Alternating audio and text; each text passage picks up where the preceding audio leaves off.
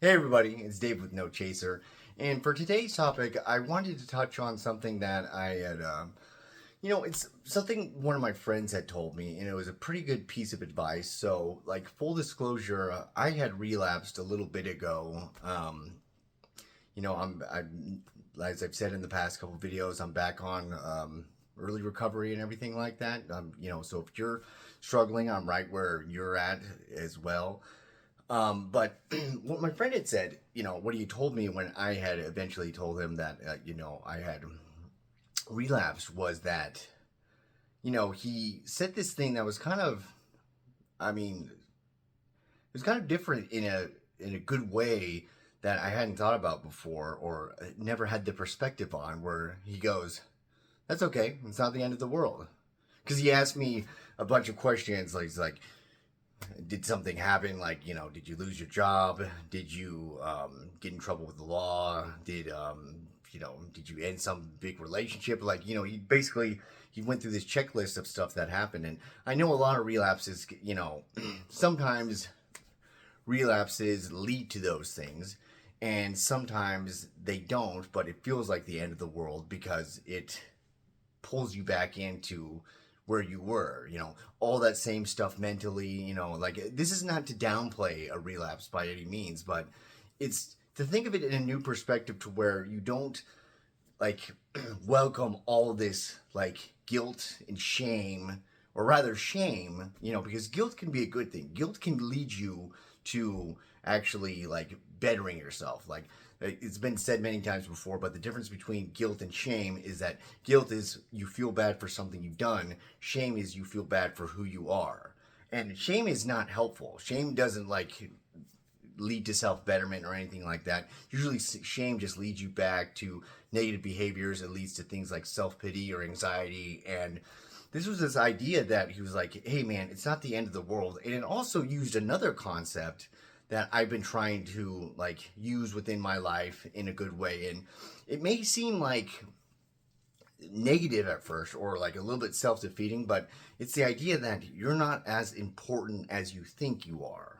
And what I mean by this is that like, if you relapse, there's so many things in your mind that goes, oh, I've ruined this and this and this and this, and it's like, well, I mean, essentially, no, you haven't yet. I mean, honestly, if you've had a relapse or even a slip or a lapse, and you've messed up, but all you've done is the actual drinking part. Now, again, this is not to say that like that inner turmoil and all that stuff that comes back is it's really hard, and I know personally it's hard to get back on your feet and everything. But in the grand scheme of things, like looking at it just objectively in reality, it's like if you haven't done anything, then you haven't done anything, and you can just take a deep breath and just go, hey, I mean, look, I messed up. It's okay, but I don't need to like ruminate on this. And another thing that comes into this, it's like there's so many factors that go into this thing that happens with relapse is that there's also this sense of you take on the idea that it's this moral failing, that you have done something wrong. Like you have done like I know it's and I've talked about this throughout many videos, and it's just a topic that keeps coming, back up and will keep coming back up is like the idea of the disease model for addiction. And some people just have a hard time, I still struggle with it at times because, diseases and illnesses still seem somewhat different from addiction. Addiction seems more like a mental illness or something like that. And, usually it's like, why bother getting into minutia of like syntax or the way you're categorizing something? But it actually does matter in this sense because in this the idea of the disease model is that if relapse is part of this disease, it's a symptom of it, then why would you beat yourself up so much for having it?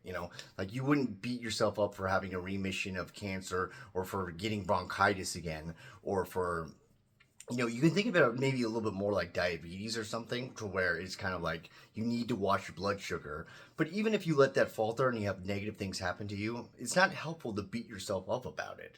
So, like, it's this, I think, a really helpful idea to, like, if you've relapsed, you out there, if you've relapsed recently, or if you're in the middle of a relapse right now, just like take a second and just really, take note of everything that's going on. Like, take note of, like, have I, like, really destroyed something yet? Have I done anything irreversible? Because that's the other thing, is that all that shame and guilt can lead you to doing things that are irreversible. It can lead you to, like, going on when it seems like so hopeless and it seems like the world is crashing in on you, which, again, it does feel like this. This is not to negate these feelings that you do have, but when it feels like all this stuff is coming down on you, you don't need to actually let those thoughts and those feelings turn into an actual, like, real world consequence where you start doing something drastic.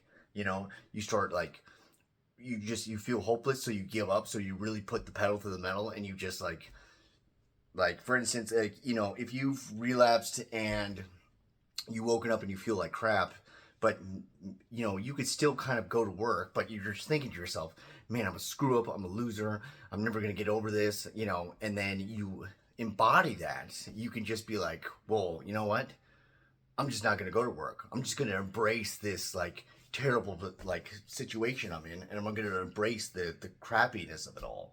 And that's, like, one thing that's appealing too. Like, that's the addictive mind. It wants you to embrace that sort of, like, just give up, because that's a big thing for me. Where, like, relapse was it's such a thing of just basically, not only it was giving in and giving up, and it was a continual giving up, like a continual, like, giving up on things. And so but giving up was so much a part of, like, what I made it to be in my head.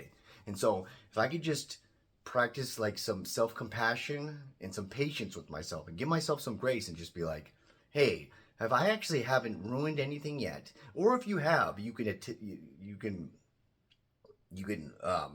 face those things as best as you can. But if you haven't done anything yet, it doesn't need to come to that level where you've done something. So just take a step back. I know it's difficult. And again, this is somebody who's been there, and it's been there, was there recently. But you can just take a deep breath, exhale, and just be like, I haven't totally destroyed things yet, and I don't need to. The way I feel is bad enough. The rock bottom is here. I don't need to dig deeper. I can just pick up and go from here. So I hope, if you're in that situation right now, you found this video helpful, or some of these thoughts or insights or whatever you call it helpful. Other than that, be well.